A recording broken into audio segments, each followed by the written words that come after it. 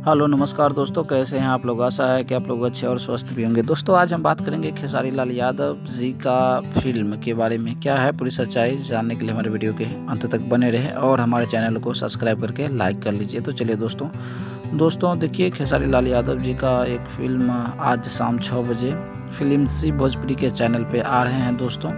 अब आप देख लीजिएगा, लेकिन ये टीवी पर रिलीज होंगे दोस्तों।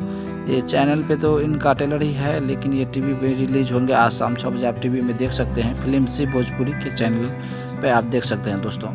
तो बोल राधा बोलिया फिल्म खेसारी लाल जी और मेघा श्री जी इसमें हैं। काफ़ी अच्छा फिल्म होने वाला है दोस्तों, आप ज़रूर देखिएगा। और ये फिल्म छठ पर्व के विषय पे बनाया गया है, जिसमें दिखाया गया है कि मेघा श्री एक बार बकरी हो जाते हैं और उनके लिए पर्व करते हैं, तो फिर ये पुनः इंसान रूप में आते हैं। तो आज का था यह छोटा सा वीडियो, कैसा लगा आपको कमेंट करके बताइएगा। हमारे वीडियो को देखने के लिए आपको दिल से धन्यवाद। जय हिंद दोस्तों, नमस्कार।